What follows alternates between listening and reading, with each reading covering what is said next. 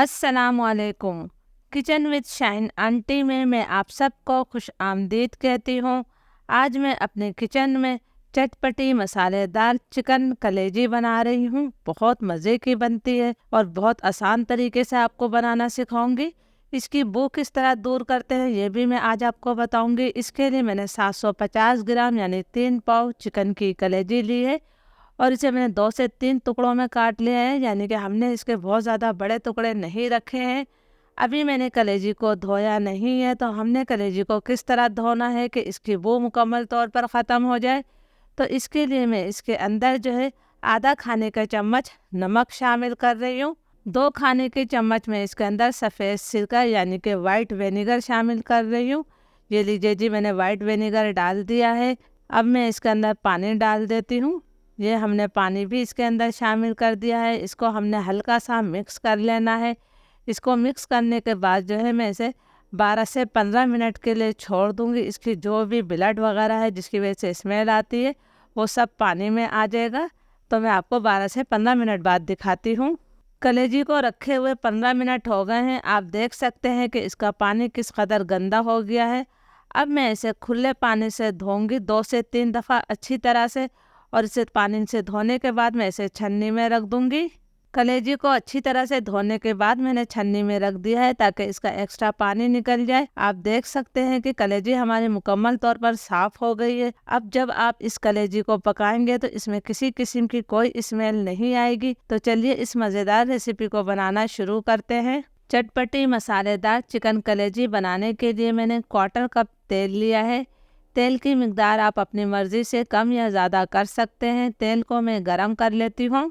तेल गरम हो गया है तो मैं इसके अंदर 3-4 लौंगे, 1 बड़ी इलायची और 3 सब्ज़ इलायचियाँ शामिल कर रही हूँ, और इसे हम 30-40 सेकंड तक फ्राई कर लेंगे। इस तरह हमारा तेल जो है खुशबूदार हो जाएगा, और जब हम इसमें कलेजी डालेंगे तो वो बहुत ही खुशबूदार बनेगी। खड़े गरम मसाले हमारे फ्राई हो गए हैं, तो अब मैं इसके अंदर प्याज शामिल कर रही हूँ। ये 3 दरमियाने साइज़ की प्याज है जिसे मैंने कद्दूकश कर लिया है। आप प्याज को बारीक चॉप करके भी ले सकते हैं या फिर प्याज का पेस्ट भी बना सकते हैं। प्याज को मैं इतनी देर तक फ्राई करूंगी कि इसका हल्का सा कलर चेंज हो जाए, यानी कि ये गोल्डन ब्राउन हो जाए। प्याज पर हमारे अच्छा सा गोल्डन ब्राउन कलर आ गया है, बस बहुत ज़्यादा डार्क कलर आपने नहीं देना है। अब मैं इसके अंदर 1 खाने का चम्मच भरकर अदरक लहसुन का पेस्ट शामिल कर रही हूँ। अदरक लहसुन को भी मैं 1.5-2 मिनट तक भून लेती हूँ ताकि अदरक लहसुन का कच्चापन ख़त्म हो जाए। अदरक लहसुन हमारा भुन गया है, तो अब मैं इसके अंदर टमाटर शामिल कर रही हूँ। ये 2 दरमियाने साइज़ के मैंने टमाटर लिए थे जिन्हें कद्दूकश करके शामिल किया है। कद्दूकश करने से टमाटरों का छिलका भी अलग हो जाता है।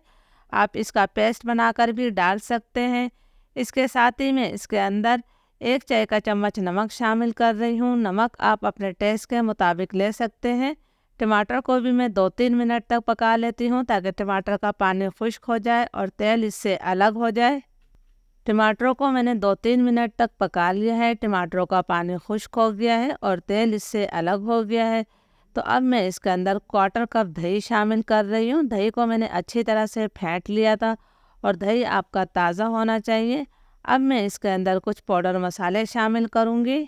1 चाय का चम्मच मैंने लाल मिर्चों का पाउडर डाला है। मिर्चें आप अपने टेस्ट के मुताबिक ले सकते हैं। आधा चाय का चम्मच मैंने कुटी हुई लाल मिर्चें डाली है। मैं कलेजी को जो है थोड़ा सा चटपटा बनाऊंगी, इसलिए मिर्चें आपने अपने टेस्ट के मुताबिक ही लेनी है। 1/4 टीस्पून मैंने इसके अंदर काली मिर्चों का पाउडर शामिल कर दिया है। आधा चाय का चम्मच मैं हल्दी पाउडर डाल रही हूँ। 1 खाने का चम्मच भरकर मैंने इसके अंदर धनिया पाउडर शामिल किया है। ये घर का पिसा हुआ धनिया है, इसलिए आपको थोड़ा सा दरदरा नज़र आ रहा होगा। 1 चाय का चम्मच मैंने इसके अंदर ज़ीरा पाउडर शामिल कर दिया है। साथ ही हमने थोड़ा पानी शामिल कर दिया है। अब इन मसालों की हमने बहुत अच्छी तरह से भुनाई करनी है। जब तक मसालों का कच्चापन ख़त्म नहीं हो जाता, दही का पानी खुश्क नहीं हो जाता और तेल इससे अलग नहीं हो जाता, इतनी देर तक हमने इन मसालों को भूनना है। मसाला हमारा बहुत अच्छी तरह से भुन गया है और तेल मसाले से अलग हो गया है। तो अब मैं इसके अंदर कलेजी शामिल कर देती हूँ जिसे हमने अच्छी तरह से धोकर रखा हुआ है। कलेजी को भी मैं मसाले के साथ 2 से 3 मिनट तक अच्छी तरह से भूनूंगी। यकीन करें, जब आप इस तरह से कलेजी पकाएंगे तो ना तो इसके अंदर किसी किस्म की कोई स्मेल होगी और कलेजी भी आपकी बहुत ज़्यादा नरम और जायकेदार बनेगी। तो ज़रूर आपने इस रेसिपी को ट्राई करना है। तो मैं अच्छी तरह से कलेजी को मसाले के साथ भून लेती हूँ।